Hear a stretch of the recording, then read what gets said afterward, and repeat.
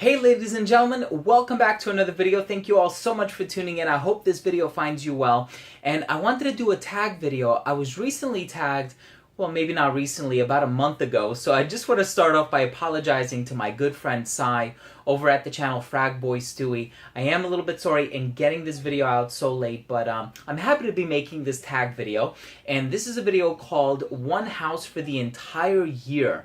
So if you were given the opportunity to select one fragrance house or one fragrance company, the fragrances of which you'd have to wear for the entire year, what company would it be? And I gave it a really long thought and I deliberated on it, and I gotta let you in on a secret side. If I had to pick a house for the entire year, it would be the same one that you picked, and I'm not gonna say what it is because just in case my subscribers haven't seen it, I think they should. I am gonna leave Sai's information down below, so please make sure you go ahead and check out his video. But I'm going to pick a different house for the sake of doing that. And this is a house that I really love. And I initially discovered their fragrances, I want to say about 2.5 years ago, maybe even a little bit longer than that. And since then, I have fallen in love with them. I do have to admit, though, their more recent releases haven't really been to my liking.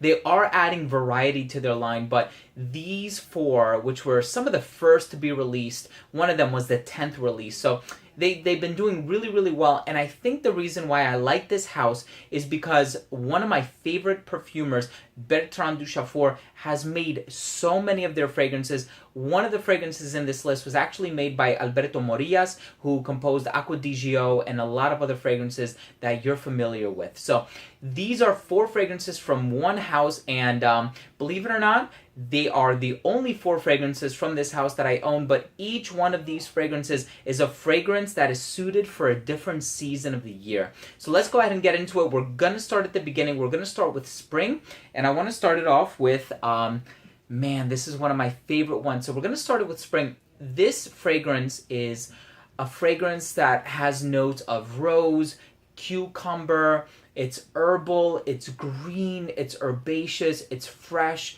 It's really sort of accommodating, and it's a beautiful, beautiful scent. All of these smell incredibly natural. This one by Eau d'Italie, this is the house that I picked. And I'm going to be very honest and very transparent when I make this list, because these are fragrances that have made my top 10 videos. These are fragrances that I do wear on a regular basis, and I love all 4 of these fragrances, and I wear them a lot. You can't really see a light through this because it's not transparent. If you do hold the light to it, though, you'll see that it's about down here.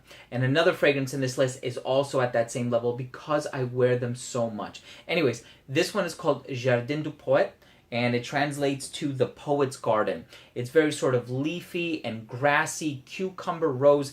You can tell why it's perfect for the spring, you know, when the flowers are back out in bloom, and I think it's such a wonderful scent. Really conjures that state of mind.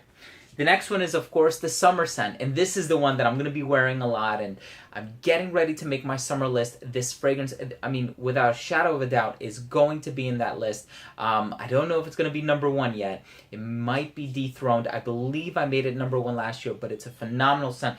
This one is composed by Bertrand Duchaufour. This one is composed by Alberto Morillas.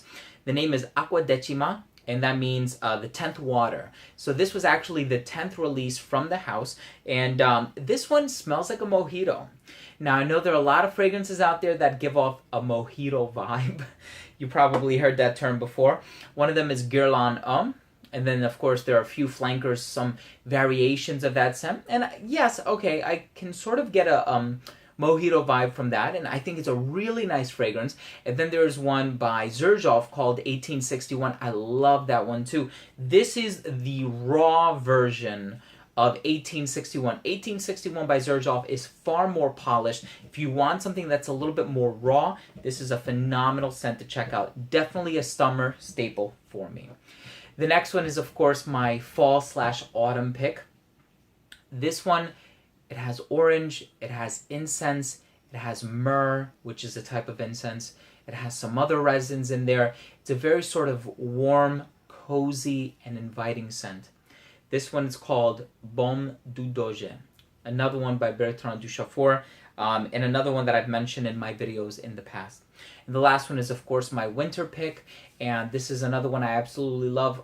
This one, because it's so nostalgic. All of these I've commemorated some great occasions with, and there are a lot of memories that I hold dear that are associated with these scents. But for this one, the memory came first, the scent came last. This one is called Bois, and this has one of the best tobacco notes that I've ever smelled. However, it's not one of the most wearable tobacco notes that I've ever smelled. So if you're thinking tobacco vanille, far more wearable scent. Versace's The Dreamer, far more wearable scent. Tabaron by Creed, far more wearable.